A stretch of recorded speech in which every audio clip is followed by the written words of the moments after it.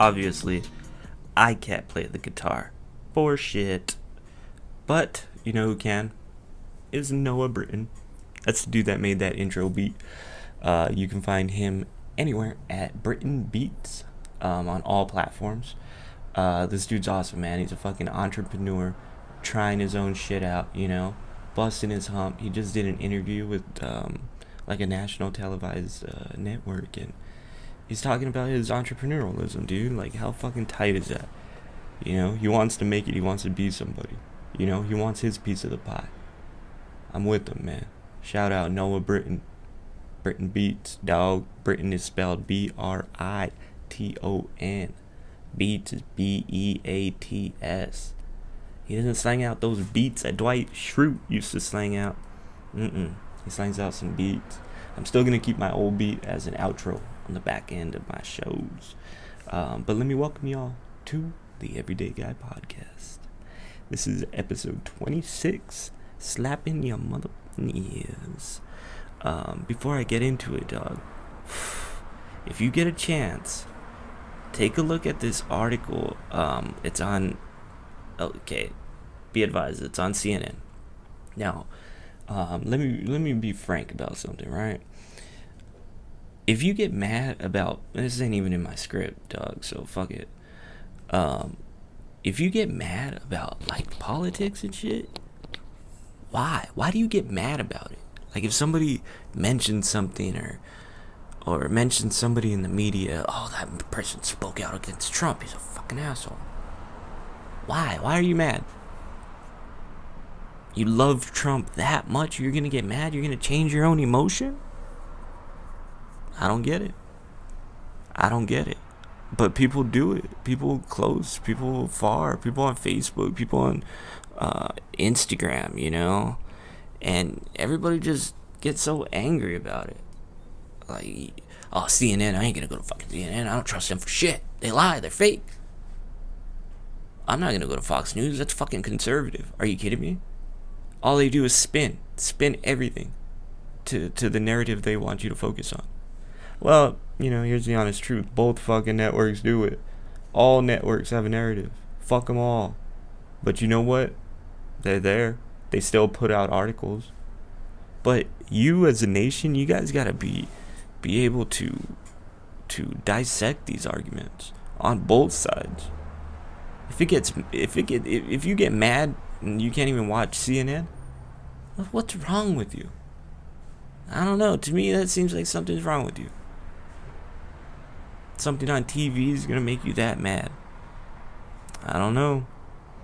But for this article, it is back to CNN, and the reason I don't mind using this article from a bullshit network like CNN is it's kind of like a research article, so it's not much you can change. And anything I notice they try to spin.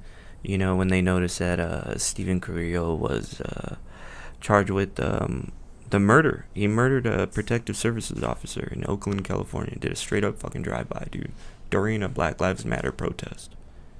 And they're going to spin the narratives, that they might even add things in the article, to spin the narrative. That the Black Lives Matter maybe jumped in and helped protect that protective services officer. Who knows? But when I see shit like that comes up trying to spin my thought, man, I say fuck it. I stick to, what the research is.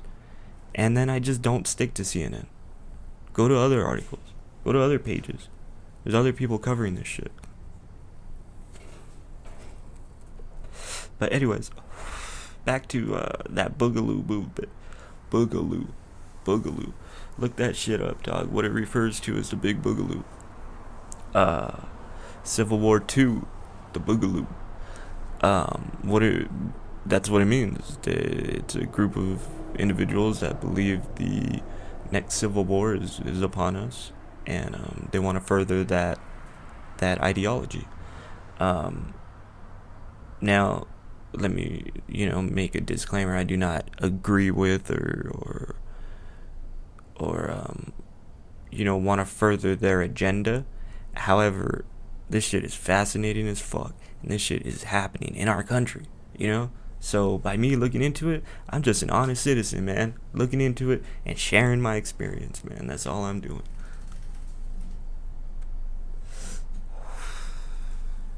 But look it up, dog. Stephen Carell. He's facing a federal murder charge. May 29th, he did a drive-by shooting of David Patrick Underwood, a federal protective services officer in Oakland. At the same time, a protest was happening against police brutality. This dude was an active duty staff sergeant, Air Force. Dude. Then he killed another dude, June 6th. Santa Cruz Sheriff Jim Hart. I'm sorry. The deceased sheriff was not Sheriff Jim Hart. That's the one who just spoke, but excuse me, don't smoke, kids.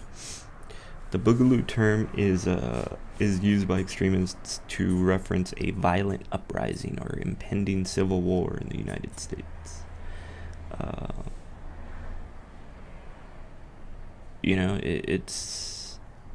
It's scary, dude. It's fucking scary out there. The world has gone mad, some people say. And I intend to watch from a distance, but I watch with intent to protect my own. Alright? You know what I mean? I got two beautiful daughters that I spent the weekend with. I'll go over that later, but I got two beautiful daughters I gotta come home to every day. Even though I don't have them every day, I still have to be present. I have to be ready. You never know what this world's gonna bring. Now, I have amazing friends that have maybe prepared for things like this, but as for me, I've never prepared myself other than mentally, up here in the brain, and then to be physically ready to get the fuck out if we gotta bounce. Things get weird. You never know. The only thing that can bring down a nation is truly civil unrest. And what's funny is people attribute that quote to Abraham Lincoln, but he never said that. And it just got changed throughout the years and through different articles and different books and shit. But no, he never said that. But it's the truth. You think about it. Civil unrest is what was it? For 3 years we had a civil war. Brothers killing brothers. Americans killing Americans. And the South fought for what was wrong. That's the honest truth. No one should ever own a person. A man is a man. You can't own a man. So, to me, it's like the South was fighting for what was wrong. Sorry. And that might rub people the wrong way, but it's the honest truth in my eyes. And that's my opinion. If you don't like it, from the movie The Replacements, if you don't like it, get the fuck out. That's the honest truth, man. But if you think that the South was fighting for what was right, I disagree with you, respectively, of course, but I think that's a false thought, a poor thought. But everybody's entitled to their own. That's just my thought process. Okay, so I want to jump into my past weekend review. I went AWOL with the fam this weekend to Lake Havasu. We went with some really family friends that they own a boat, a house, a trailer, and all the above, It was such a fun fucking time, dude. That was the first time the girls were on a boat. They loved it, and they hated it a little bit, to be honest. For their first experience, I don't know what they expected, but they felt maybe they were on the boat too long and not in the water enough. And it was hot, You know, it was hotter than a motherfucker, dude. And I think, to their credit, they just had such a good time beaching the boat and fucking throwing sand around. You know, and being kids in the water, dude. In the sand. Being dirty. You know? Going pee. Dude, my little daughter, my 4-year-old, dude, she has a tendency, like, when we're in the water, we're in the lake, right? Everybody pees in the lake. Ain't no bathrooms there. Everybody pisses in the lake. So, my daughter's like, Daddy, I gotta go bathroom real bad. Okay, honey, we can go in the lake.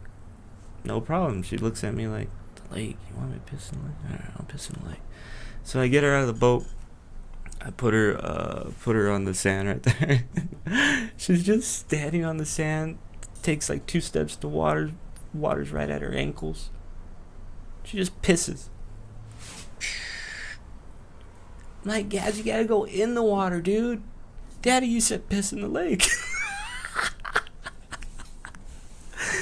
Dude, she's straight up like standing pee, man. Into the lake. Yeah, she had it right. I couldn't get mad at her. You know, she followed the rules. She listened to me. She didn't piss in the boat. But man, that was just funny as hell, man. But once we were beach, you know, it was a good time. It just sucks, dude, because I'm on a antidepressant that fucks with me when I'm in the sun too much. And if I'm in the sun too much, like, my blood levels get all funky and I get like super tired and just fatigued and like super non-social. Like, I don't feel good. I don't feel good. You know, you feel physically not well sometimes. Stomach hurts. You know, you got acid reflux or what other people have in their esophagus and shit. Heartburn. Motherfuckers deal with heartburn. You know, I don't deal with too much heartburn. I try to stay away from like spicy ass foods and shit. Something that's gonna hurt my tongue, I don't want that shit. But I do like sour candies, so I'm a little hypocrite. You know what I noticed too? God, I'm really going off fucking subject here, but I don't care. It's my podcast. Parenting is just being one gigantic freaking hypocrite. That's all you are. I mean, you're more than that. I shouldn't say that's all you are. That's kind of who you are, though. Being a fucking, if you're a good parent, you're a great hypocrite. You know, some things you just don't want your kids doing, and they don't understand it. It's you know, it's a type of protection, really.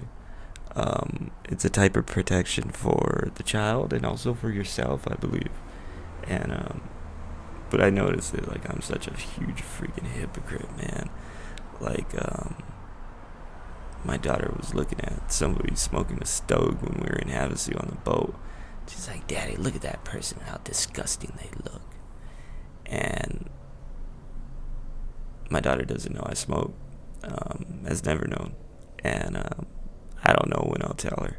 That's my biggest issue or secret fear, you know, is her finding out. But it is what it is, and I'm gonna try to quit eventually.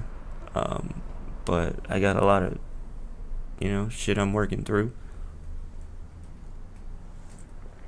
I know I use the stogies as a crutch, you know, to help me with stress or whatever. But it's really just a crutch, and I know it, but I'm not ready to break it, I guess. I guess hiding it from my daughter is what I've been doing, but it's not right. You know what I mean? Eventually that time will come. It's just not now, I feel. And you can call me what you want, but I'm just trying to be a good parent. And you know, I don't smoke around my daughters. I don't smell like smoke. I do really good at protecting myself against that shit and protecting them. Keep that shit out of the car. Car always smells great. You know, it's not me to do that to them. I want them to have a fair chance at life. The statistics are there. You know, I don't know the exact amount, but they're quite high on parents that smoking, you know, around their children. The children are most likely going to smoke when they get older. It's natural. Parents that drink, if it's a good experience and they see that their parents are doing well and can have a good drink and let loose sometimes, they're also going to do the same. Now, I understand that, so I've decided to be a hypocrite and not tell my daughter and hide it from them. And it is what it is, man. But back to Havasu. Yeah, I couldn't be in the sun a lot, but I didn't want to bum anybody out with my bullshit. Because obviously, you're gonna be in the sun on the boat. I mean, it is what it is. And I was in the sun, dude. We got there Friday after I felt better from being sick, like the whole day. And we jumped on the boat when we got there, and I was hot as hell, man. The sun was at an angle where, like, no shade would work. Like, that shit, without blocking, my buddy was driving the boat, dude. Like, it's just, I'm stuck in the sun, dude.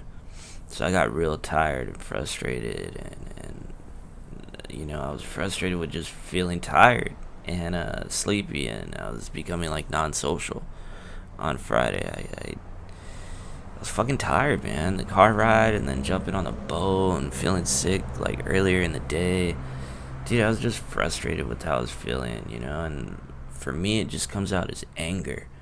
And because I wear that shit on my face, dude. Like, my eyebrows come down like this, and I make the face you make when you get mad, And, but once I kind of, like, came to and started realizing, like, what am I going to do here? I'm with my family. We're on vacation.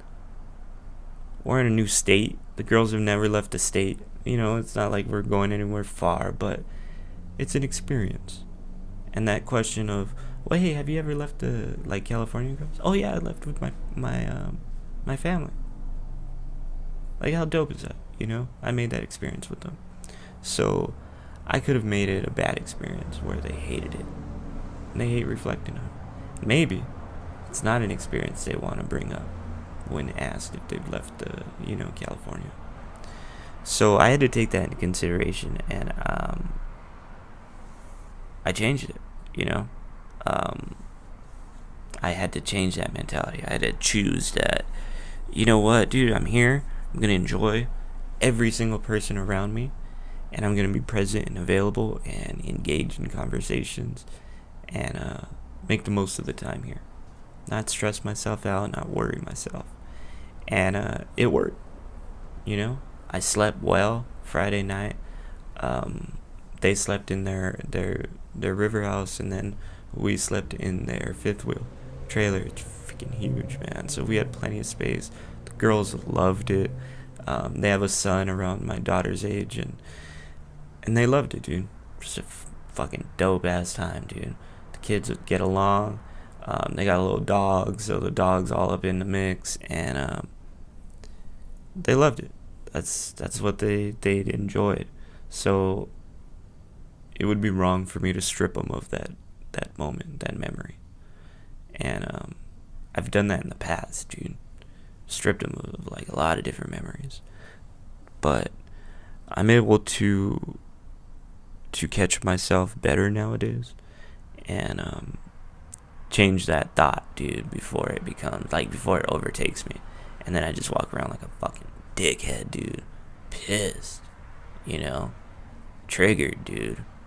Like, anything will set me off, And why am I going to do that? Why am I going to do that to my family? The people I chose to be there with. You know what I'm saying? But aside from, being in a whole new state and dealing with my feelings and enjoying the moment in the end, I gotta say the most beautiful thing I experienced the entire weekend was the beauty of a conversation between friends and loved ones, and just being open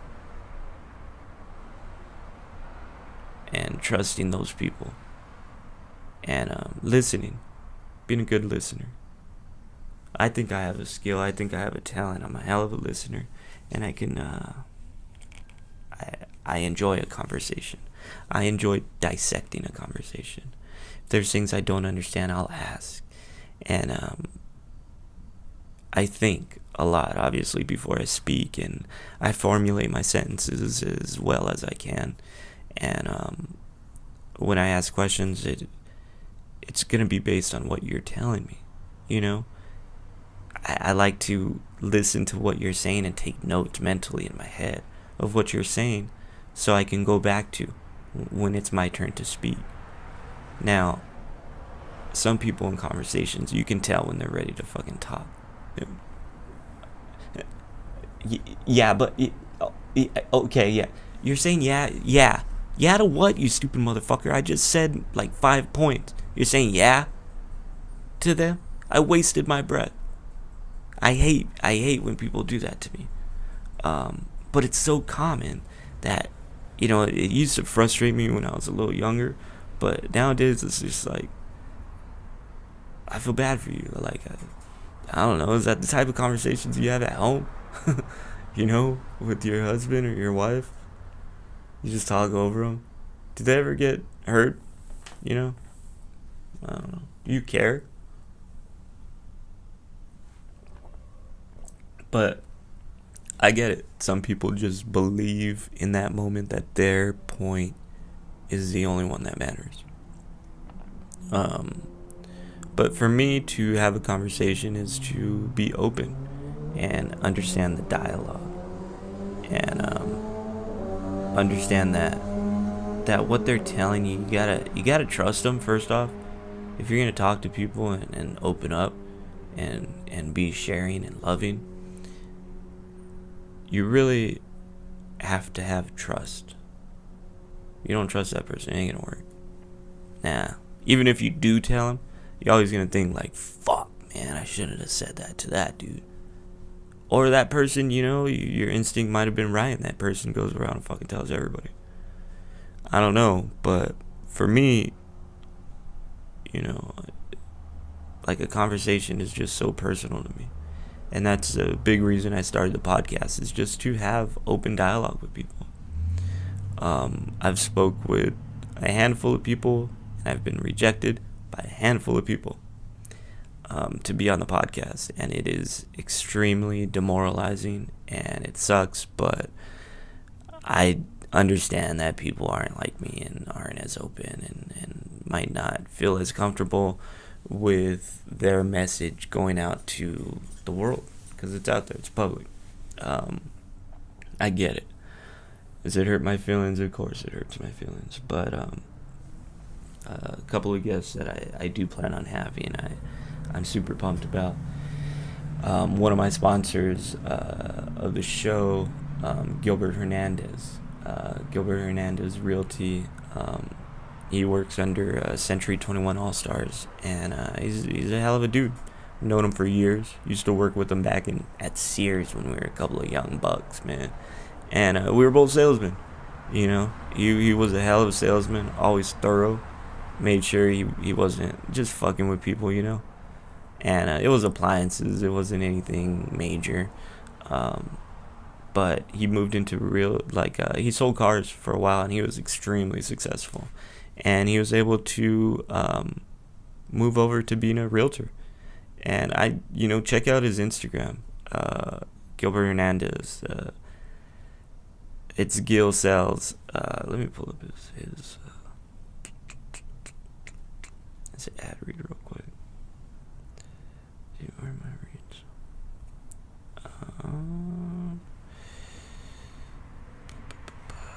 So he's at Gil, GIL _ Sells, SELLS _.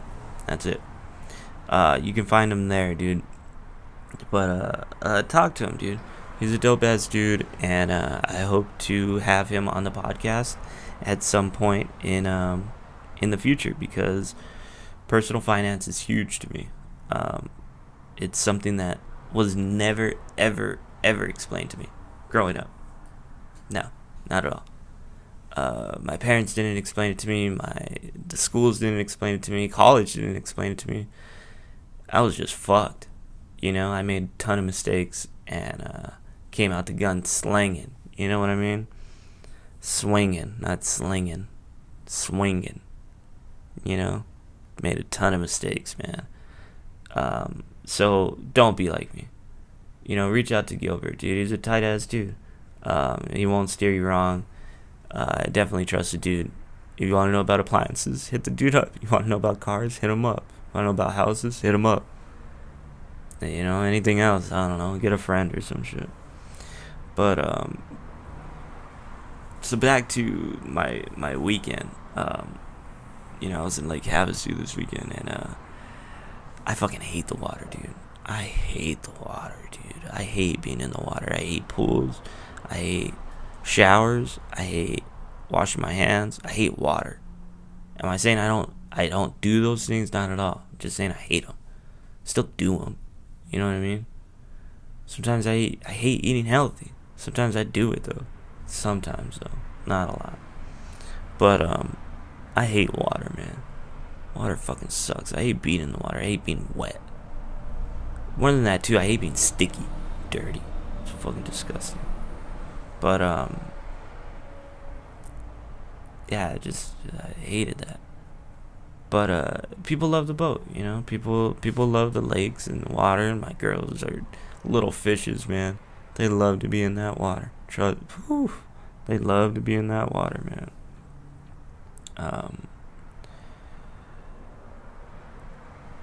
And back to the art of conversation. It just, there's something to me that's so fascinating and intriguing when you're able to listen to someone's point of view, but also them do the same. And if they're able to listen and also respond to what you're saying and not just some crazy opinion that they're thinking, or not really listening to anything you're saying, it's difficult. It's not fun. It's like a work conversation. You're just trying to get something through. But when you have like a decent and great conversation with someone, to me it's so rewarding. I'd say that, rewarding. And it could be with anyone, man. It could be with anyone. That's the dope thing about conversation. So you can talk to anybody.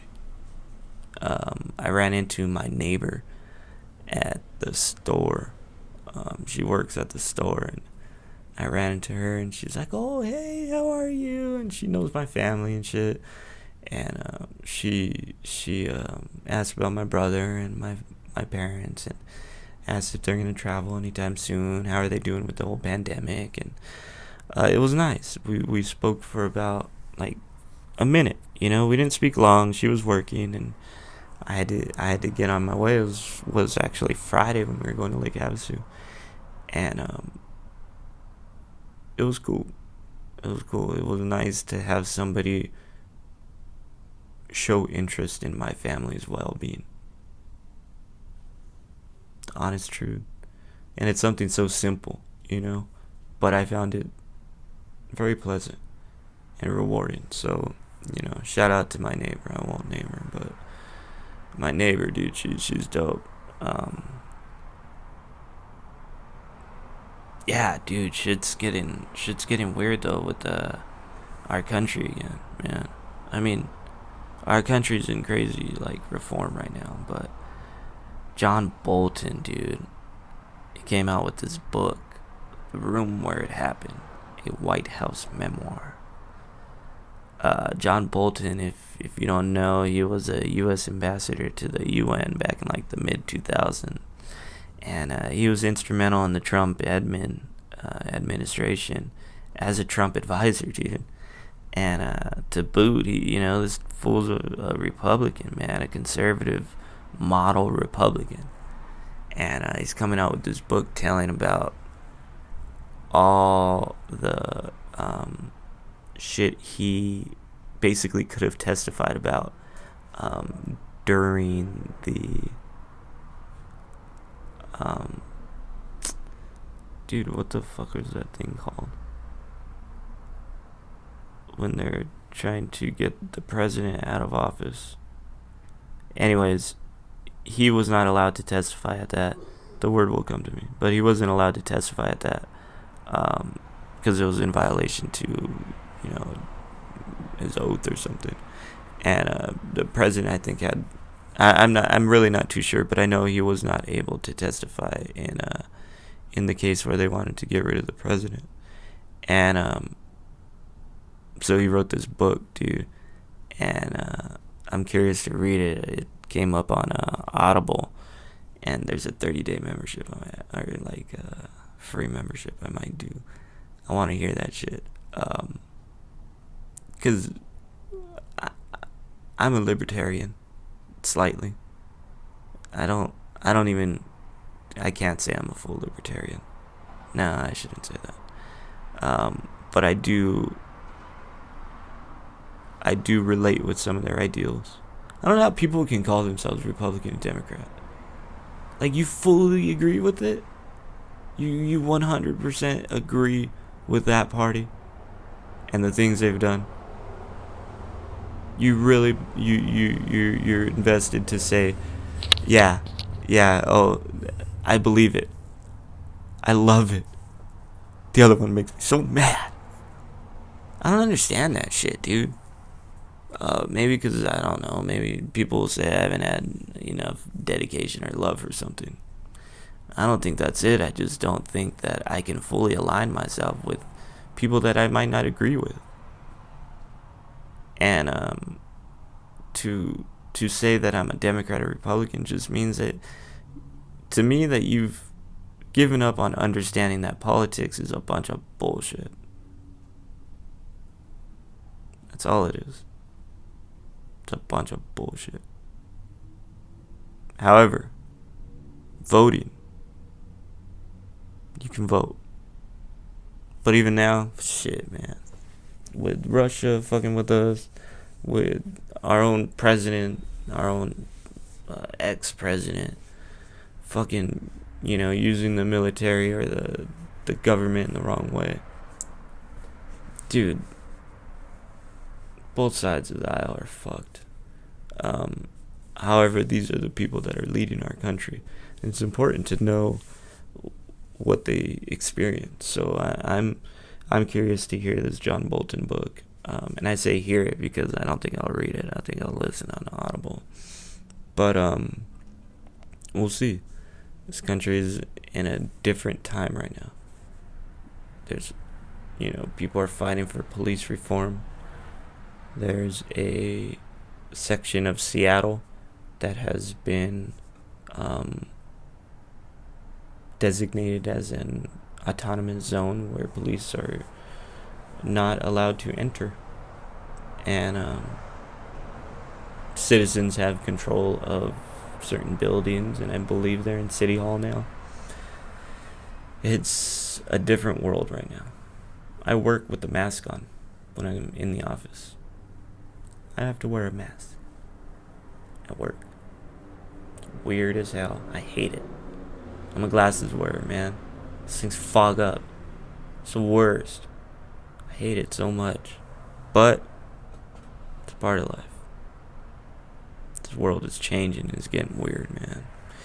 But, I'm looking after mine and protecting myself.